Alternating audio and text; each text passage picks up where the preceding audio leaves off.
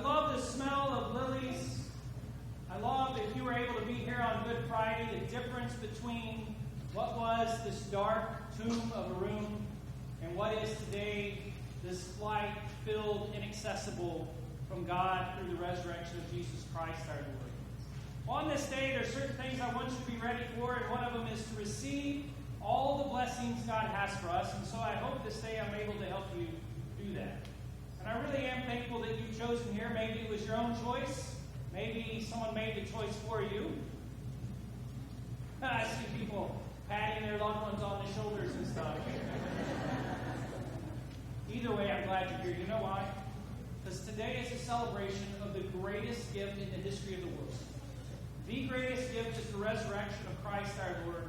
And I want you to be prepared to catch it and to catch all the blessings that God has for us this day, because they're available to all people, all. Now on Easter, sometimes I feel a little bit of an expectation to make sense of the resurrection. To answer the critics, maybe to explain it, make it understandable, help people catch it, maybe reduce the mystery of it. But I'm not sure that I can. It's kind of like love. I can't explain where it comes from or how certain people embody it incredibly, but I know it exists. In fact, I remember when we had Mackenzie, our oldest, and we were on the way to the hospital to have Peyton, our second. And my wife and I had this discussion. It seems strange now, but it's true then. Are we going to be able to love this one, the second one, as much as we love the first one? Any of y'all have that discussion? And all of a sudden that child is born and boom, all of a sudden this gush of love just comes through you and you have no idea where it came from, but it's there. Sometimes the resurrection is like that. But I wonder if people come to church on Easter, the most popular Sunday in the whole year, because they want the resurrection to make sense. We preachers, if we're honest, know that we can't really explain it. It's beyond our comprehension. But here's what we do know. We know that every single person wants hope. We want hope in the midst of tragedy, in the midst of struggle, in the midst of need. And to be honest with you, we don't just want hope, we want a miracle. We desperately need a miracle. When we think of Brussels or Turkey and the bombings that happened this last week, we want the miracle for them to stop. In the face of death and disease, we want a miracle. When we're in pain and heartache, we want a miracle. If we have families who are broken, or relationships, or we live with racism or prejudice and struggles in life, we want a miracle. We want hate to become love. We want meanness to become kindness, selfishness to become people who are selfless. We want the rude to be polite. It's why we love movies. We love movies in which there's transformation. So I got to think about this, and I think most of you have seen this, The Sound of Music. You've seen The Sound of Music? Yes. So think about the course of that movie. What happens? What happens is we come and we see Captain Von Trapp, right? He's not really that particularly nice to his kids. He's caught up in this Nazi regime, right? And we see him, and along comes Maria. And Maria is playing with the kids and having fun with the kids. And how does Captain Von Trapp react? Harshly. He's not very nice at first. And then all of a sudden he brings onto the scene who? The Baroness. Remember? And we are thinking, no! Don't marry this lady. What we want you to do is marry who? Maria. And what happens? They marry and they get onto the hills and they start singing what? The hills are alive with what?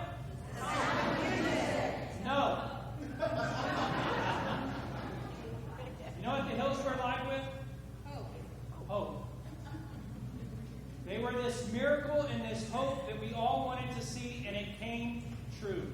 And that's what we all want in this life. And I'm here to tell you that the miracle transformation is what the resurrection of Jesus Christ is all about. Christ makes it possible in every person on this earth. Well, here we are. We're in the midst of spring. We got new life and flowers and bees and babies, and it all speaks of resurrection. And I love it. Maybe the hope you can see is palpable, right? It's palpable. Maybe that's allergies for some of you, but still you get the point. It's also another really important time for a group of people where it's called the season of March Madness. Basketball. I love the commercial. This guy is at the bar trying to watch the game, and he says to his wife, and this will happen, and he hangs up, and it finally says at the end, you'll see him again in April, right? I mean, they just disappear during this season. Well, in the midst of March Madness, which I love watching these games, there was a game last week, I don't know if you saw it, but Yale beat Baylor. It happened, it's true. And I'm really upset for you and sorry if you're a Baylor fan or grad. Not really, but it sounds good, right?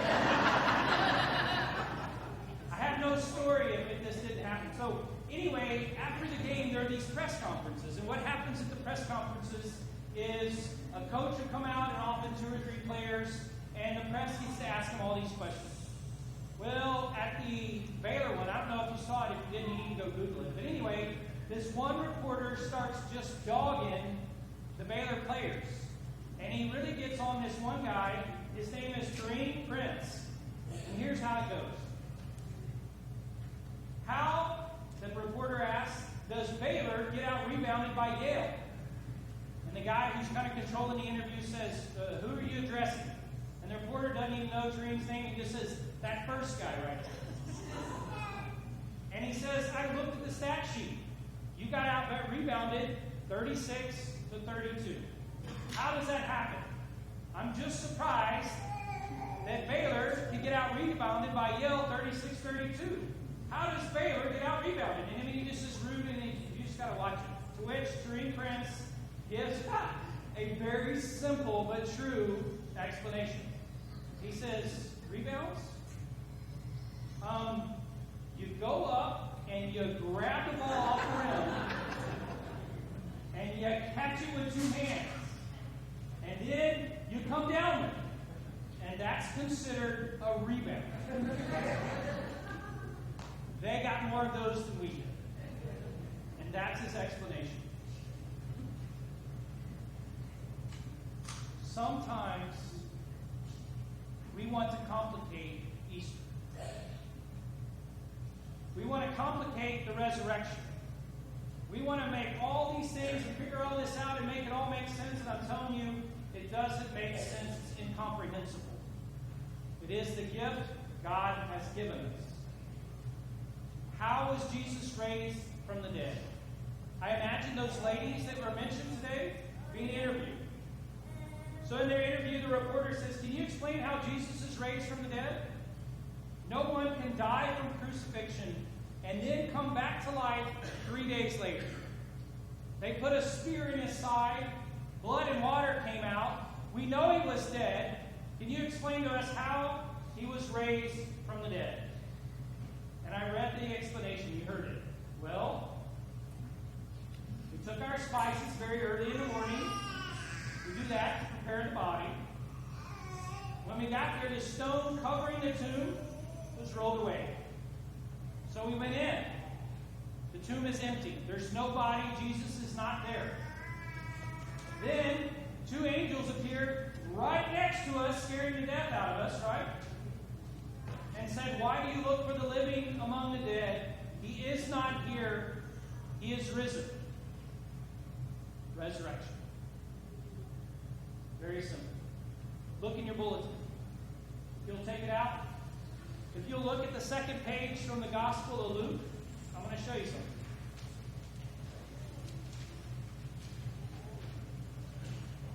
If you go all the way down to about the 5th from the bottom, right in the middle of the paragraph, it'll say, now it was Mary Magdalene, Joanna, Mary the mother of James, and the other women with them who told this to the apostles. You know what an apostle is?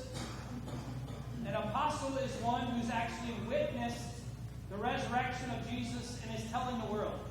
So at this point, there's no way they can be apostles because they don't even believe it. But they do become apostles. But these words seem to them an idle tale. This doesn't make sense to us. How can a man be raised 3 days after his death? Even though Jesus explained it to him 100 times. But Peter got up, ran to the tomb, stooped in, looked, saw the linen cloth by itself, and went home amazed at what had happened. That's all the proof we have. What we're trying to make sense of is that Jesus came to the earth to live as one of us, fully human, was at the same time God's Son, fully divine. He lived a life without ever sinning, which I can't seem to do without getting out of bed in the morning. He lived a life of love so that we might know the love of God. He loved so profoundly, it cost him his life. And what humankind tried to eliminate, God made available to all people. It's incomprehensible. But that's what the resurrection is about. It's about knowing that we are loved, forgiven, and free from the result of sin, which is death. And it's here available on this Easter day, or any Sunday, or really any weekday for that matter. And in church, we celebrate it in a bunch of different ways. So I have a crazy idea. It's rather undignified. But it's a way that I want you this day to catch what God has for you. Catch the blessings God has for you. So, I've got some beach balls. There's 20-something of these beach balls. And they say different things on them. Like this one says, I am forgiven. Because of the resurrection of Jesus Christ from the dead, I'm standing here telling you, I'm forgiven. I wear white, not because I'm a great priest or something like that, but because Jesus forgives me. And so we're going to take these balls and they're going to rain down from heaven in a minute. And what I want you to do, you're going to be inclined to bat them around. I don't want you to bat them around.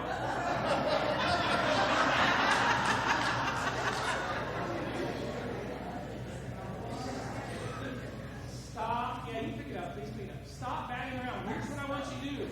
Is I want you to grab the ball and I want you to read what it says on it. This one says, I am sanctified. What it means is the Holy Spirit is making me into the very image of Jesus Christ. And I want you to read it, and I want you to hold it, catch it, embrace it. For this is the gift God has given you this day. Are you ready? Yes, ready. Thanks for the 3 of you who are ready. The rest of y'all stand up. Receive the gifts of heaven. I am sanctified.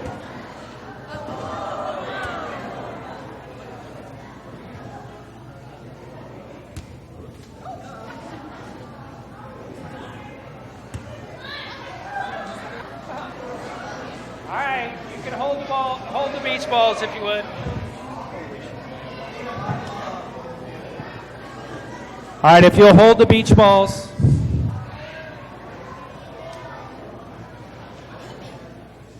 You can just keep them and embrace them. I have to be honest with you. Let me see that one, would you?